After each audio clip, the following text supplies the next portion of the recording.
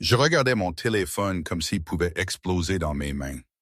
Mon frère Tyler venait de m'envoyer l'adresse d'un restaurant chic dans le centre-ville de Chicago et j'étais à environ 5 secondes de simuler une intoxication alimentaire pour me sortir de toute cette histoire. C'était vendredi soir, 18h15, et j'avais exactement 30 minutes avant de devoir rencontrer un parfait inconnu pour un rendez-vous à l'aveugle que Tyler me poussait depuis 3 mois pleins. Il ne se taisait pas à ce sujet. Chaque dîner de famille, chaque appel téléphonique, chaque conversation par SMS revenait d'une manière ou d'une autre à la façon dont j'avais besoin de retourner là-bas et de recommencer à sortir avec quelqu'un.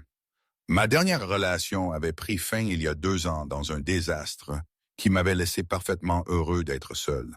Merci beaucoup. Mais Tyler ne le voyait pas ainsi. Il m'a coincé chez maman et papa il y a 2 semaines et s'est littéralement tenu devant la porte jusqu'à ce que j'accepte ce arrangement. Il n'arrêtait pas de dire qu'elle était parfaite pour moi, que nous avions tellement en commun, qu'elle était ambitieuse et intelligente et travaillait dans les affaires. J'ai fait remarquer que travailler dans les affaires représentait en gros la moitié de la population de Chicago, mais il m'a juste repoussé comme si j'étais difficile. Ce qui rendait toute cette situation pire, c'est que je n'avais aucune idée de qui était réellement cette femme. Tyler a refusé de me donner son nom de famille, ne voulait pas me montrer de photos, et m'a seulement dit que son prénom était Rebecca. Il a dit que les photos ruinaient la magie des premières rencontres, ce que je trouvais absolument absurde, mais il a insisté. Alors me voici, me préparant à rencontrer une femme mystérieuse basée sur rien d'autre que le terrible jugement de mon frère et le fait que son nom était Rebecca. Je me suis regardé dans le miroir et je me suis demandé ce que je faisais de ma vie. Ma cravate me semblait trop serrée, mes chaussures me semblaient inconfortables. Tout dans cela me semblait faux, mais je savais que si je me retirais maintenant, Tyler ne me laisserait jamais en entendre la fin. Maman s'impliquerait, et c'était encore pire parce qu'elle avait cette façon de vous regarder avec des yeux déçus qui vous faisait sentir que vous aviez personnellement ruiné sa journée. J'ai pris mes clés et je suis sorti, conduisant à travers le trafic de Chicago pendant que mon cerveau passait en revue tous les scénarios de désastre possibles. Et si elle était ennuyeuse? Et si nous n'avions rien à nous dire? Et si Tyler avait complètement mal jugé le genre de personne avec qui je m'entendrais réellement? Il avait un historique de ces arrangements qui tournait terriblement mal. L'année dernière, il a essayé d'arranger un rendez-vous pour notre cousin avec quelqu'un, et ils ont passé tout le dîner à discuter pour savoir si la deep dish de Chicago était réellement une pizza. C'était brutal à regarder. Giordano's était le genre d'endroit qui vous faisait vérifier votre compte bancaire avant d'entrer.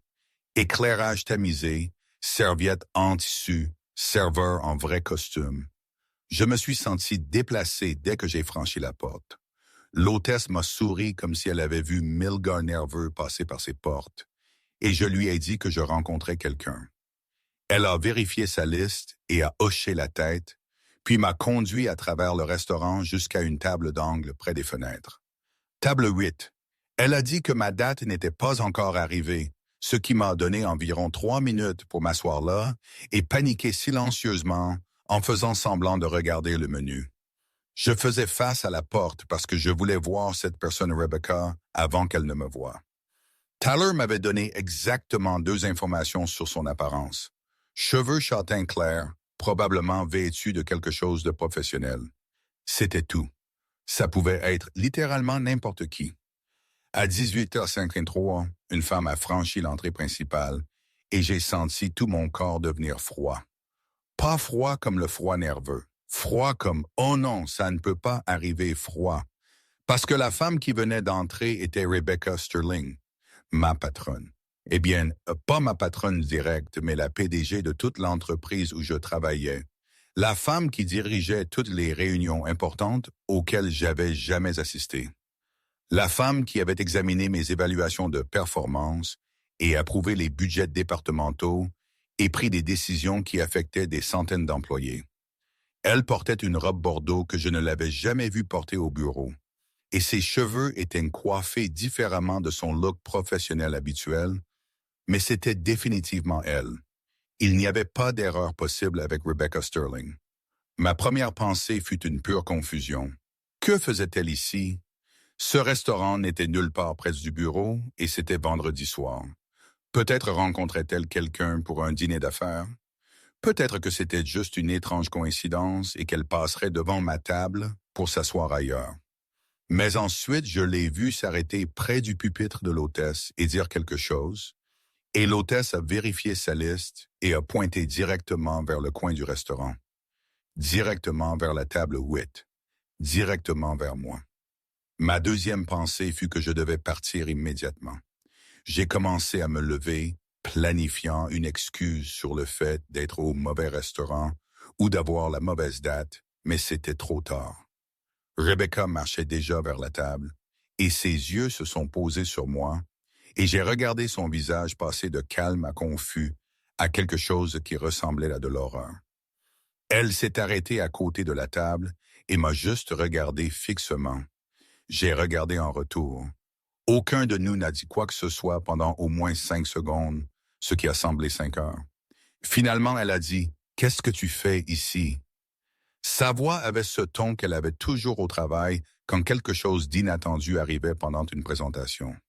Je me suis levé à moitié, ce qui était maladroit, mais s'asseoir semblait pire. Je rencontre quelqu'un et je réussis à dire « Je pense que vous avez peut-être la mauvaise table. C'est la table 8. » J'ai montré la petite carte numérotée sur la table comme si elle ne savait pas lire. Rebecca a sorti son téléphone et l'a regardé, puis m'a regardé à nouveau. Non, je suis définitivement à la table 8. Je rencontre quelqu'un aussi. Mon amie Lauren a arrangé ça. Elle m'a montré son écran et je pouvais voir un texte qui disait très clairement « Table 8 chez Giordano's à 7 heures ». J'ai sorti mon propre téléphone et j'ai vérifié le message de Tyler.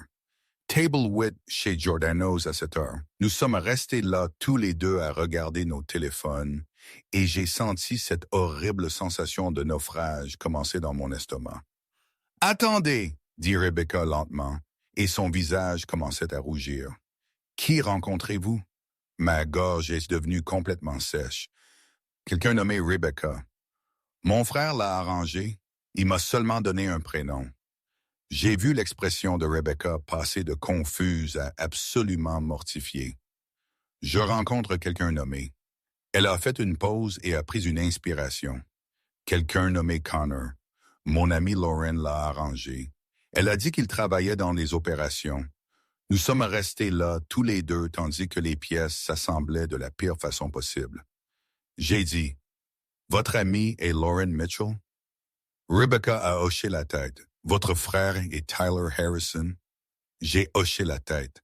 Puis nous avons tous deux dit exactement au même moment, « Vous vous moquez de moi. » Rebecca s'est assise lourdement sur la chaise en face de moi et a mis sa main sur son visage. Je me suis rassis parce que mes jambes semblaient vouloir lâcher.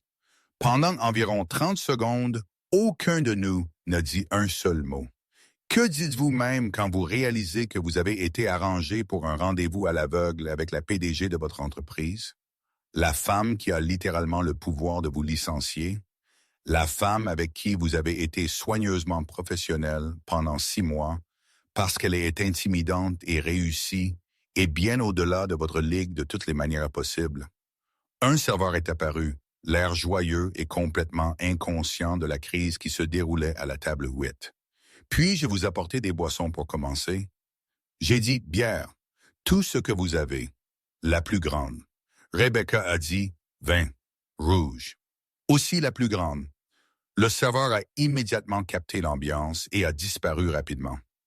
Rebecca a levé les yeux de ses mains et ses joues étaient rouge vif. Je ne peux pas croire ça. Tyler sait où je travaille. Je me suis senti sur la défensive immédiatement. Lauren sait où je travaille aussi. Pourquoi ne vous l'a-t-elle pas dit? Les yeux de Rebecca se sont légèrement plissés. Vous vous êtes plaint de moi au travail. N'est-ce que j'ai senti mon visage chauffer? Quoi? Non, je veux dire, pas exactement plaint. Peut-être mentionner que vous êtes un peu intimidante. Elle a croisé les bras. Intimidante? C'est vous qui ne parlez jamais en réunion et qui envoyez ensuite ces messages remettant en question les décisions. Je me suis redressé. Ce ne sont pas passifs.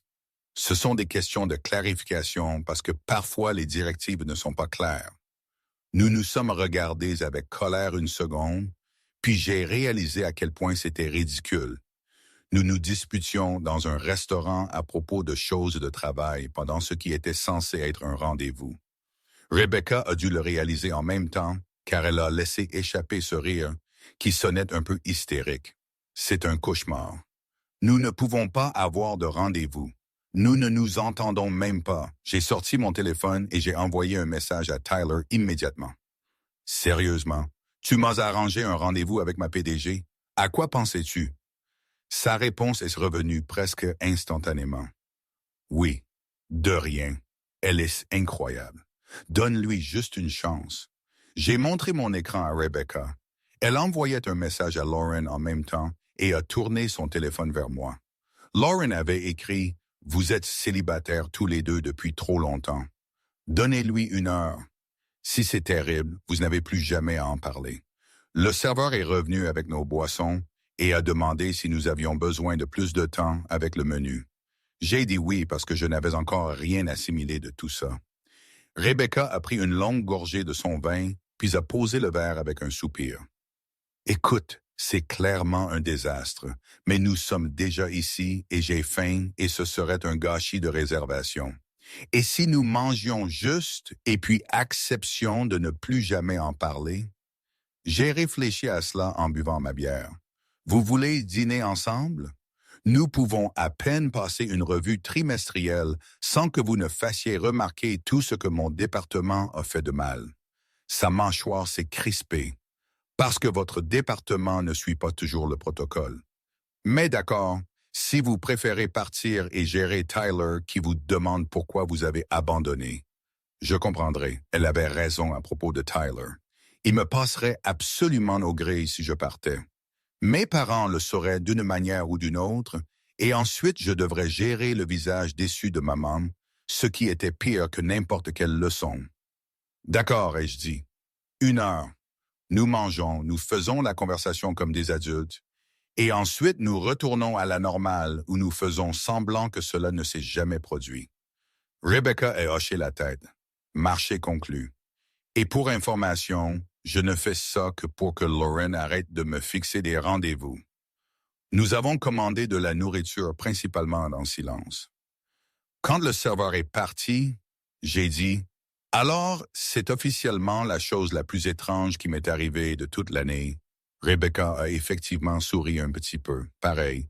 Et une fois, je suis resté coincé dans un ascenseur avec tout le conseil d'administration pendant 3 heures. Donc, ça veut dire quelque chose. Les 20 premières minutes du dîner furent douloureuses de cette manière spéciale où 2 personnes sont piégées à une table ensemble, essayant de faire la conversation sur n'importe quoi, sauf le fait évident qu'elles préféreraient être ailleurs. Nous avons parlé de la météo, du trafic sur Lakeshore Drive, de la construction sur Michigan Avenue, qui ne semblait jamais finir. Je me suis retrouvé à racler le fond du baril pour des sujets qui ne mèneraient pas à des discussions de travail ou à un silence gênant. Rebecca avait commandé du saumon et le coupait dans petits morceaux soignés. Ce qui ne me surprit pas du tout car bien sûr elle abordait la nourriture de la même manière qu'elle abordait les rapports trimestriels. Avec une attention inutile aux détails. Nous n'avions plus de plaintes sur le trafic quand Rebecca m'a surprise en demandant « Alors Tyler a mentionné que vous faites du bénévolat. » De quoi s'agit-il? Je me suis senti me détendre un peu parce que parler du centre communautaire était facile. C'était la seule partie de ma vie en dehors du travail qui comptait réellement pour moi. Oui, j'enseigne des cours de codage à des adolescents au centre communautaire de Northside. Commencé il y a environ 1 an.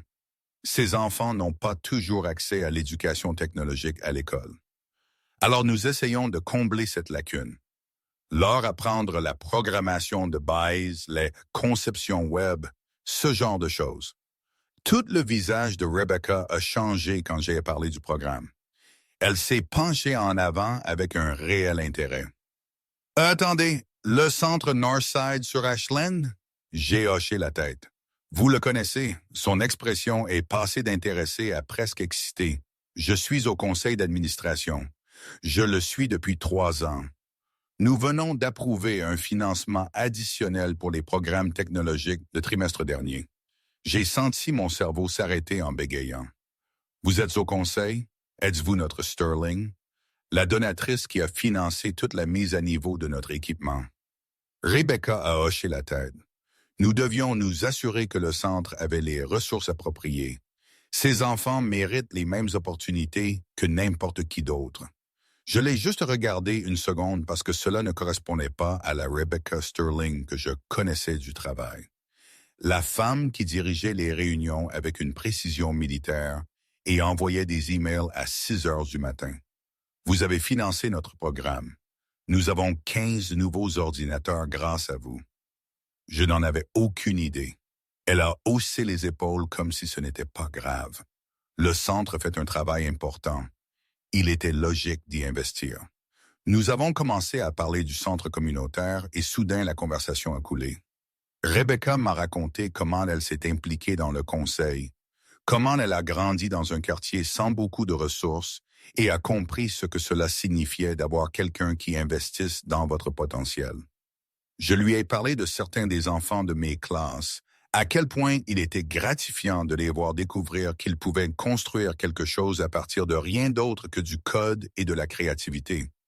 Elle a posé des questions sur le programme, fait des suggestions sur des partenariats potentiels avec des entreprises technologiques locales, et je me suis retrouvé à vraiment aimer lui parler. Cette version de Rebecca était chaleureuse et engagée, et rien à voir avec la PDG intimidante qui me rendait nerveux pendant les présentations. 40 minutes se sont écoulées sans que je le remarque. Le serveur a débarrassé nos assiettes et a demandé à propos du dessert. J'ai regardé ma montre et j'ai réalisé que nous étions assis là depuis près d'1 heure et demie, ce qui était bien plus long que l'heure que nous avions convenue. Quand je l'ai fait remarquer, Rebecca a eu l'air surprise et a vérifié son propre téléphone. Je n'avais même pas remarqué l'heure. Elle m'a regardé avec quelque chose qui aurait pu être de l'amusement. Je suppose que quand nous ne parlons pas de rapport budgétaire, nous sommes en fait tolérables l'un pour l'autre. J'ai ri. Ouais. Il s'avère que vous êtes beaucoup moins effrayante quand vous ne me faites pas la leçon sur les métriques d'efficacité départementale. Rebecca m'a jeté sa serviette à travers la table. Je ne fais pas la leçon. Je fournis des conseils. Il y a une différence. Nous avons fini par partager un gâteau au chocolat coulant parce que Rebecca a dit qu'elle ne pouvait pas manger un dessert entier seule, et j'avais une faiblesse sérieuse pour tout ce qui est chocolat. Au moment où nous avons payé l'addition et sommes sortis vers le parking, il était presque 21h30 et je ne me souvenais pas de la dernière fois où j'étais resté volontairement quelque part aussi longtemps. Nous nous sommes tenus près de la voiture de Rebecca et il y a eu ce moment maladroit où aucun de nous ne savait quoi dire. Finalement, j'ai dit, alors c'était bien mieux que ce à quoi je m'attendais. Je suis un peu ennuyé contre Tyler pour nous avoir tendu une embuscade, mais aussi il pourrait avoir eu raison sur le fait que nous ayons des choses en commun. Rebecca a hoché la tête. Pareil, Lauren va être complètement insupportable quand je lui dirai que ça ne s'est pas passé horriblement. Elle a fait une pause et m'a regardé directement. Mais Connor, sortir avec quelqu'un du travail, c'est comme chercher les ennuis, surtout quand je suis votre PDG. La dynamique de pouvoir seul rend cela compliqué. Je savais qu'elle avait raison, mais quelque chose dans sa façon de le dire me fit penser qu'elle essayait de se convaincre elle-même plus que moi. Ouais, probablement une mauvaise idée. Revenons juste à la façon dont les choses étaient et faisons semblant que c'était un étrange rêve fiévreux. Rebecca m'a regardé un long moment et je pouvais voir quelque chose dans son expression qui me faisait penser qu'elle ne voulait pas réellement faire semblant de quoi que ce soit.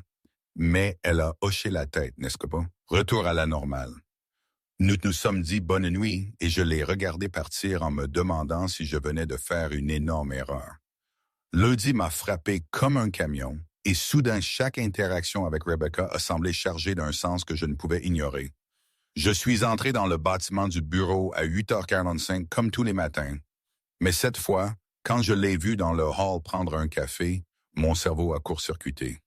Elle portait ses vêtements de travail habituels, ses cheveux coiffés professionnellement, et elle ressemblait exactement à ce qu'elle était toujours. Sauf que maintenant, je savais à quoi elle ressemblait quand elle souriait pour de vrai, au lieu de ce sourire professionnel poli qu'elle donnait à tout le monde au bureau. Elle a levé les yeux, m'a vu, et pendant une demi-seconde, nos yeux se sont rencontrés avant qu'elle ne détourne le regard et marche vers les ascenseurs.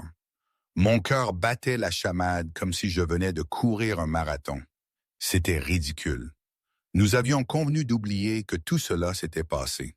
Nous retournions à la normale, sauf que plus rien ne semblait normal.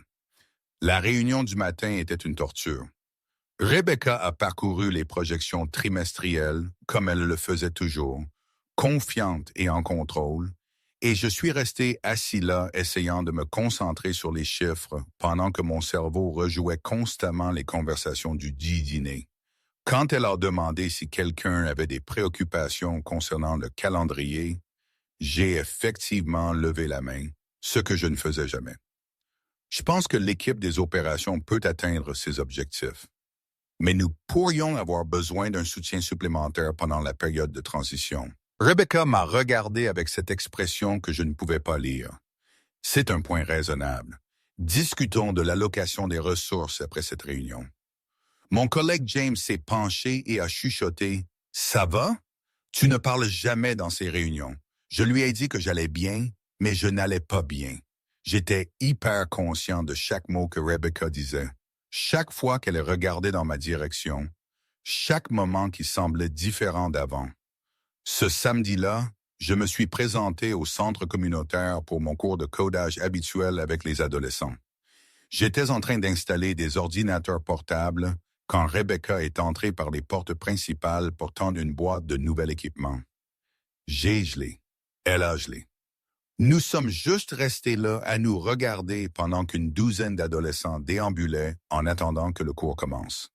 Un de mes élèves, un gamin nommé Marcus qui ne manquait jamais une occasion d'être curieux, a dit « Monsieur Harrison, vous connaissez Madame Sterling. » J'ai essayé d'avoir l'air décontracté. « Oui, elle est au conseil ici. Aide à financer les programmes. » Rebecca a posé la boîte et a dit « Je déposais de nouvelles tablettes pour le programme d'art numérique. Je n'avais pas réalisé que vous seriez ici aujourd'hui. » Marcus a souri. « Il est ici tous les samedis. Ne manque jamais un cours. Une fois, il est venu même s'il avait la grippe. Je voulais disparaître dans le sol. » Rebecca a souri à Marcus. « C'est du dévouement. Elle m'a regardé. Pouvons-nous parler une minute à propos des affaires du centre? » Nous sommes entrés dans le couloir pendant que les enfants installaient leur poste de travail. Rebecca a parlé doucement.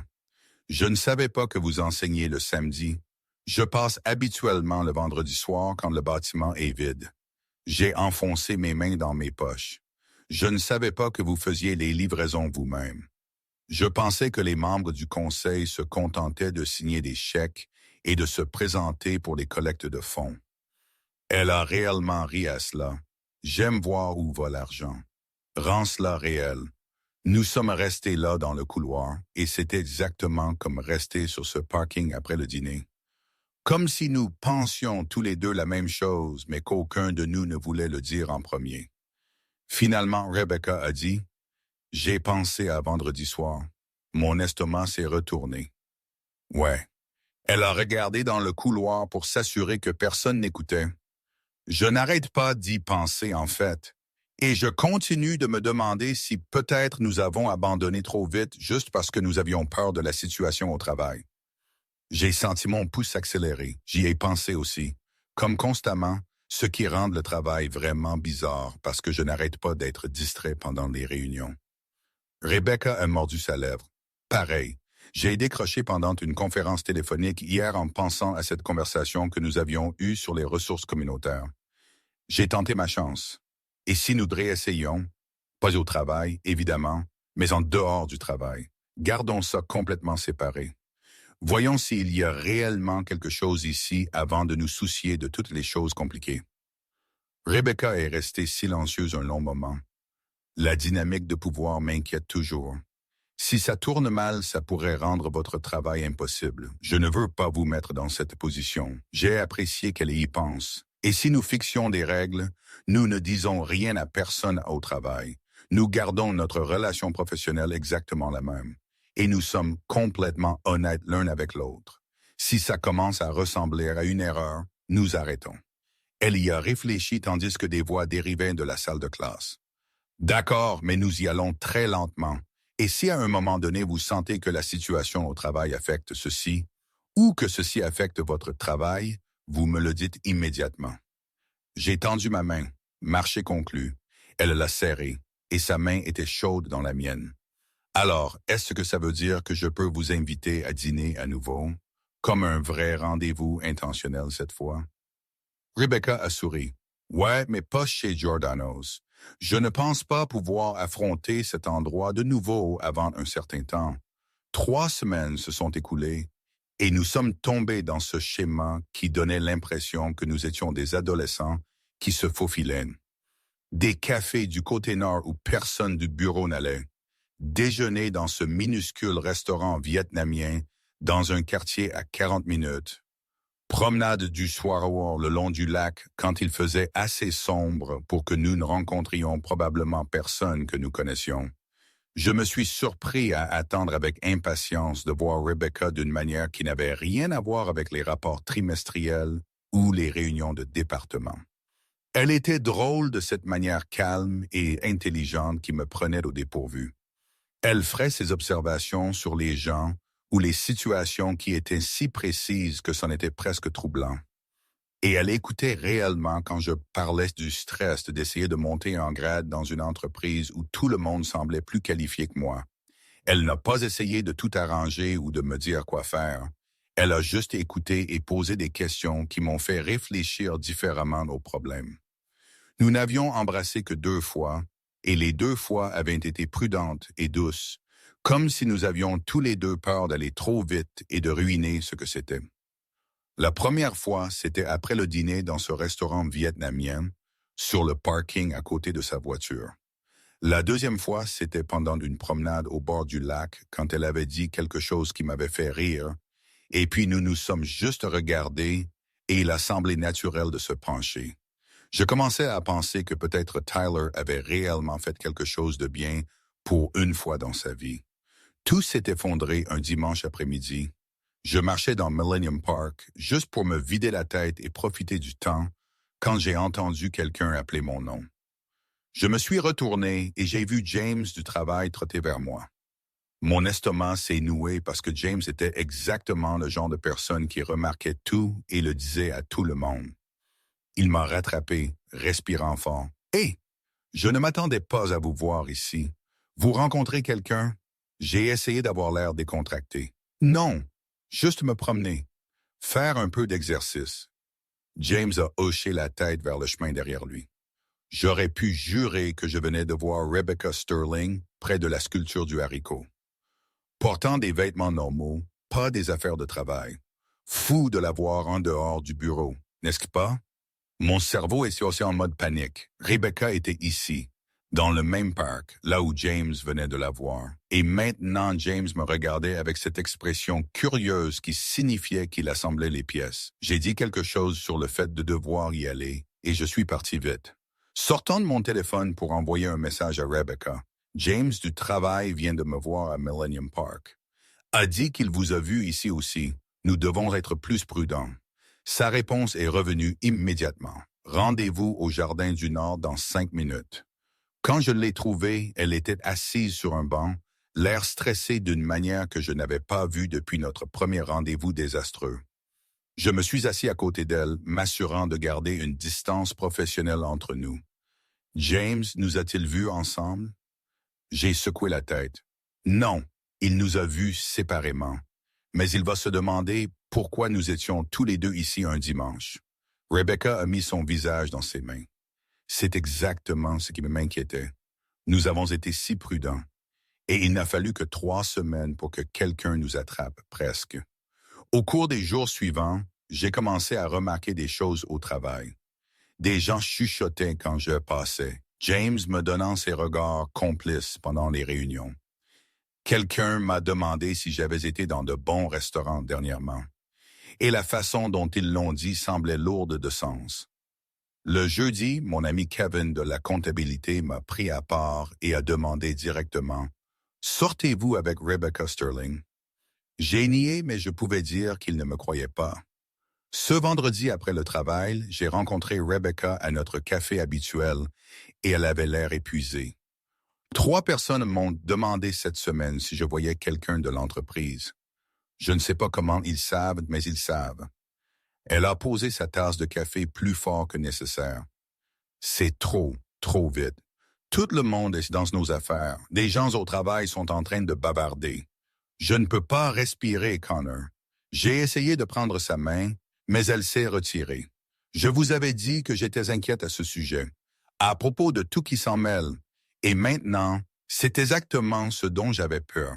J'ai senti ma poitrine se serrer. Rebecca, allez. Nous pouvons gérer quelques commérages.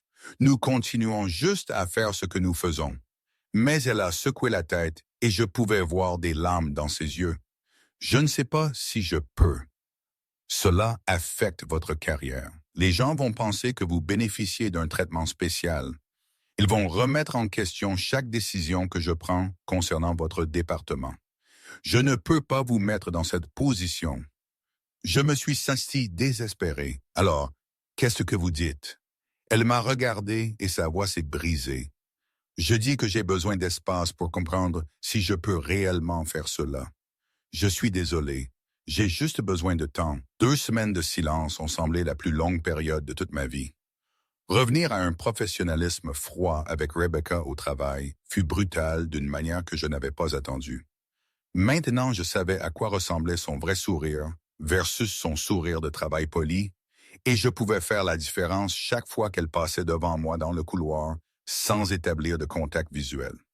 Je me suis jeté dans le travail, essayant de ne pas penser à quel point il me manquait de lui envoyer des observations aléatoires par SMS tout au long de la journée. Mon équipe a remarqué que j'étais plus grincheux que d'habitude.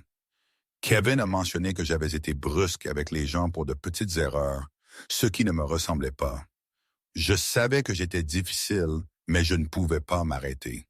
Tout me rappelait Rebecca. Le centre communautaire me rappelait notre conversation sur l'aide aux enfants. Le café près du bureau me rappelait notre premier rendez-vous intentionnel. Même les rapports trimestriels me rappelaient-elles, parce que je n'arrêtais pas de me demander ce qu'elle penserait de mon analyse. Vendredi après-midi, mon téléphone a vibré avec un email du siège social. La ligne d'objet disait « Audit immédiat requis ». Mon estomac s'est noué en lisant le message. Il lançait une enquête complète sur les dépenses et les opérations du département, avec effet immédiat. Quelqu'un avait signalé des irrégularités dans nos rapports budgétaires des 6 derniers mois, et il voulait que chaque reçu, chaque facture, chaque formulaire d'approbation soit examiné. Je me suis senti malade. Mon département traitait des centaines de transactions chaque mois. S'il y avait une erreur quelque part, cela pourrait avoir l'air vraiment mauvais. Le lundi, 2 cadres de la direction étaient assis dans notre salle de conférence, parcourant les dossiers. Ils m'ont posé des questions sur des achats que je me souvenais à peine avoir approuvés. Ils voulaient des explications pour des dépenses qui me semblaient complètement normales, mais qui, apparemment, leur paraissaient suspectes. L'une d'elles, une femme sévère nommée Patricia, n'arrêtait pas de poser des questions sur une série d'achats d'équipements en septembre.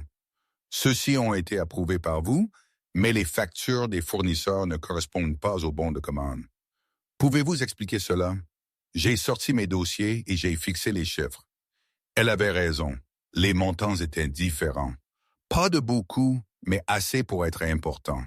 J'ai essayé d'expliquer que j'avais approuvé ce que le précédent responsable des opérations avait mis en place avant que je ne prenne le rôle, mais Patricia n'y croyait pas. Vous avez approuvé ces achats. Cela vous rend responsable des écarts.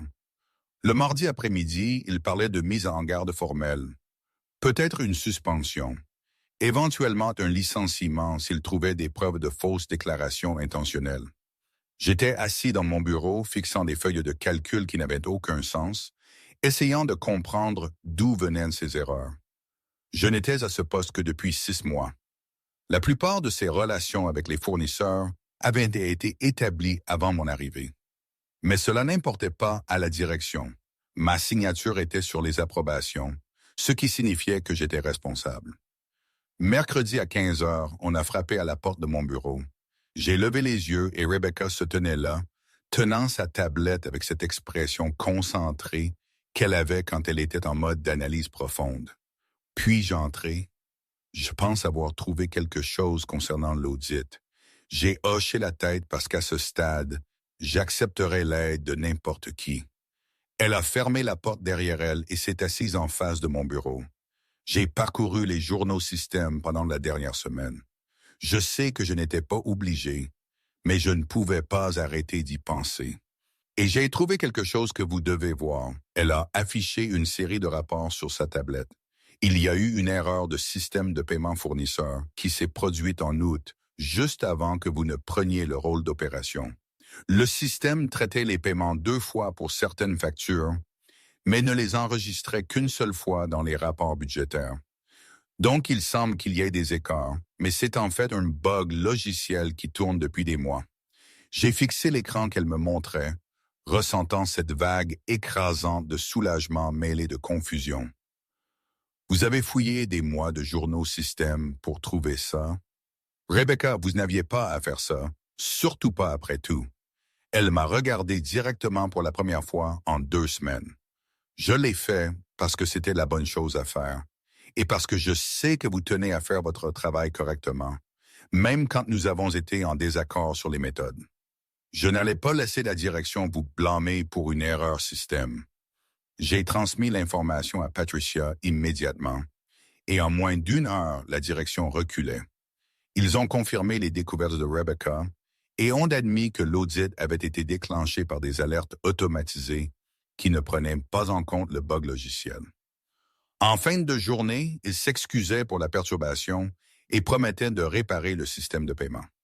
Je suis allé chercher Rebecca pour la remercier comme il se doit, et je l'ai trouvée dans la petite salle de pause au 3e étage, en train de faire du thé.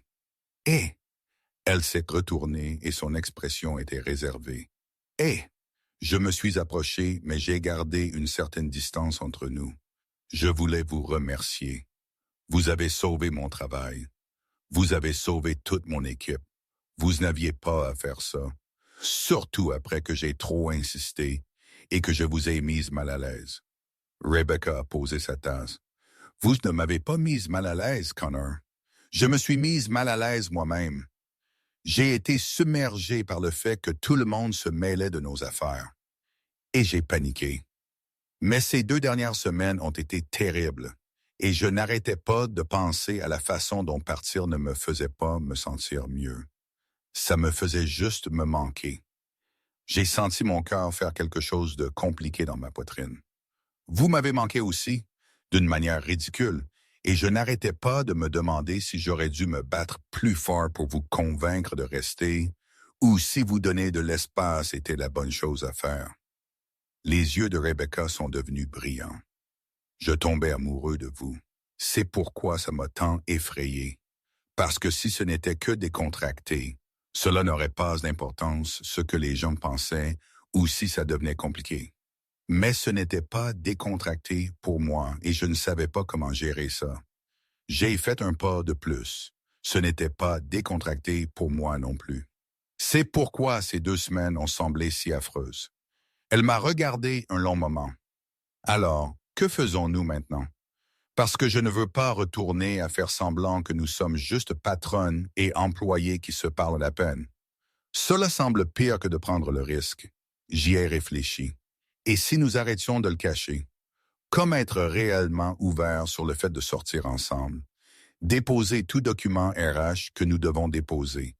Gérer les commérages parce que ça va arriver de toute façon? Et si les gens ont un problème avec ça, c'est leur problème à résoudre, pas le nôtre. Rebecca a souri pour la première fois en 2 semaines, et c'était son vrai sourire. Je suis fatigué d'avoir peur de ce qui pourrait mal tourner.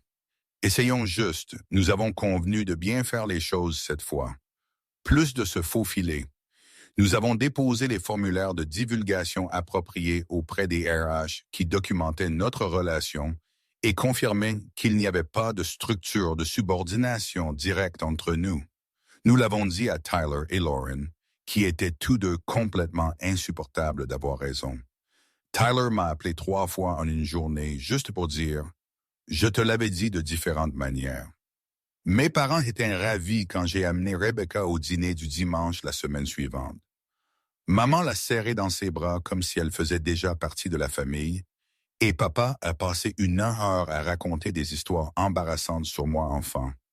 Rebecca a géré cela parfaitement, riant au bon moment et posant des questions qui ont fait que mes parents l'ont aimé encore plus. Les commérages au bureau ont duré environ 2 semaines avant que les gens ne passent à autre chose. Quelques personnes ont fait des commentaires, mais la plupart de nos collègues étaient en fait solidaires une fois qu'ils ont réalisé que nous étions sérieux. Kevin m'a dit qu'il pensait que nous allions bien ensemble, ce que j'ai apprécié. Les préoccupations concernant la dynamique de pouvoir étaient réelles, mais Rebecca était attentive à la documentation et s'assurait que toute décision impliquant mon département passait par des canaux d'approbation supplémentaires pour éviter les conflits d'intérêts. Nous avons eu notre première vraie dispute environ 1 mois après. J'avais pris une décision concernant le planning des équipements sans la consulter d'abord, et elle a eu l'impression que j'avais sapé le processus sur lequel nous nous étions mis d'accord. Nous nous sommes disputés dans son bureau après les heures de travail, tous deux frustrés et parlant l'un par-dessus l'autre. Mais au lieu de nous fermer ou de nous en aller, nous l'avons en fait réglé. Nous avons trouvé un compromis où j'avais plus d'autonomie pour les décisions quotidiennes, mais je l'impliquais pour tout ce qui était majeur. J'ai réalisé que ne pas être d'accord avec quelqu'un ne signifiait pas que la relation s'effondrait. Cela signifiait juste que nous étions 2 personnes différentes apprenant à être ensemble. 3 mois après notre premier rendez-vous désastreux, j'ai suggéré que nous retournions chez Giordano's. Rebecca m'a regardé comme si j'étais fou, mais elle a accepté quand j'ai dit que je voulais remplacer le mauvais souvenir par un bon. Nous nous sommes assis à la même table, avons mangé, avons commandé la même nourriture que nous avions eue cette première nuit. À mi-chemin du repas, Rebecca a commencé à rire. Vous vous souvenez quand nous nous sommes assis ici pour la première fois et que vous pensiez que j'allais vous voler votre table? J'ai souri. Je pensais que vous étiez la dernière personne sur Terre avec qui je voudrais jamais dîner. J'avais tellement tort que c'en est embarrassant. Rebecca a tendu la main à travers la table et a pris ma main. Et maintenant, j'ai serré ses doigts. Maintenant, vous êtes la personne avec qui je veux dîner chaque nuit. Nous avons de nouveau partagé un gâteau au chocolat coulant et je lui ai raconté une chose amusante qui s'était passée au centre communautaire. Elle m'a raconté une réunion du conseil d'administration où l'un des membres avait accidentellement appelé depuis sa salle de bain. Nous avons ri jusqu'à ce que nos côtés nous fassent mal, et j'ai pensé à quel point cela semblait naturel maintenant, comparé à ce terrible premier dîner. 6 mois plus tard, j'ai ramené Rebecca chez Giordano's une fois de plus. J'avais planifié cela pendant des semaines, coordonnant avec le personnel du restaurant, m'assurant que tout était parfait. Nous nous sommes assis à la table, oui, comme toujours, et nous avons parlé et ri pendant le dîner, comme nous le faisions chaque fois. Quand le dessert est arrivé, il y avait une petite boîte sur l'assiette à côté du gâteau au chocolat. Rebecca l'a regardé, puis m'a regardé et ses yeux se sont écarquillés. Je suis sorti de ma chaise et je me suis agenouillé à côté de la table. Mon cœur battait si fort que je pouvais l'entendre dans mes oreilles. Rebecca, j'ai passé 6 mois à penser que vous étiez intimidante et hors de ma ligue. Puis j'ai passé un dîner à réaliser que vous étiez en fait drôle et gentille et rien de ce que j'avais supposé. Et j'ai passé les 6 derniers mois à tomber complètement amoureux de vous. Vous me donnez envie d'être meilleur dans tout ce que je fais. Vous me faites rire. Vous me mettez au défi. Vous croyez aux mêmes choses que moi. Et je ne veux pas passer un autre jour sans savoir que vous ferez partie de ma vie pour toujours. J'ai ouvert la boîte et la bague a capté la lumière. Voulez-vous m'épouser? Rebecca pleurait, actuellement en train de pleurer, et elle a hoché la tête si fort que j'ai cru qu'elle allait se faire mal au cou. Oui, bien sûr, oui. J'ai glissé la bague à son doigt, et elle m'a tiré vers le haut et m'a embrassé là, au milieu du restaurant, tandis que d'autres convives applaudissaient. Nous nous sommes rassis, tous les deux souriant comme des idiots, et Rebecca n'arrêtait pas de regarder sa main. Je ne peux pas croire que vous ayez fait votre demande à l'endroit où nous avons eu notre premier rendez-vous désastreux. J'ai ri. Ça semblait juste. C'est là que tout a commencé, où j'ai réalisé que parfois la personne que vous essayez d'éviter est en fait exactement celle dont vous avez besoin. Nous avons terminé le dessert, et alors que nous quittions le restaurant ce soir-là, Rebecca a serré ma main fort. J'ai pensé à comment j'avais presque manqué tout cela parce que j'étais trop intimidé pour voir au-delà de son titre de PDG. Parfois, l'amour se manifeste déguisé en patron qui vous rend nerveux jusqu'à ce que vous preniez le temps de voir la personne incroyable derrière le masque professionnel. Et parfois, le pire rendez-vous à l'aveugle de votre vie se transforme en la meilleure décision que vous ayez jamais